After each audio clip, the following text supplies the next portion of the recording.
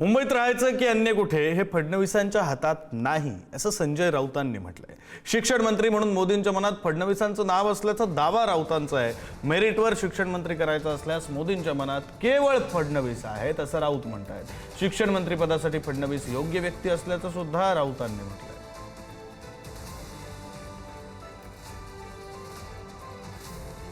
वरून तुम्ही काल आले, खूप बातम्या आल्या, चर्चा खूप आहे, वाढदिवस झाला आणि मी आज नागपुरात आहे, संध्याकाळी मुंबईत जाणार आहे। मी मुंबईतच आहे, मी महाराष्ट्रातच आहे।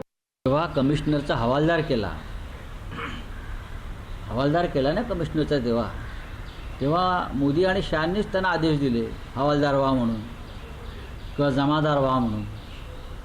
त्याच्यामुळे त्यांच्या हातातच नाही आहे ते। भारतीय जनता पक्षात स्वाभिमान किंवा मेरिट आहे कुठे? पण या देशाचा शिक्षण मंत्री जर मेरिटवर करायचा असेल तर मोदींच्या मनामध्ये या क्षणी देवेंद्र फडणवीस यांचंच नाव चालू आहे। आम्ही मनकावडे आहोत असं समजा।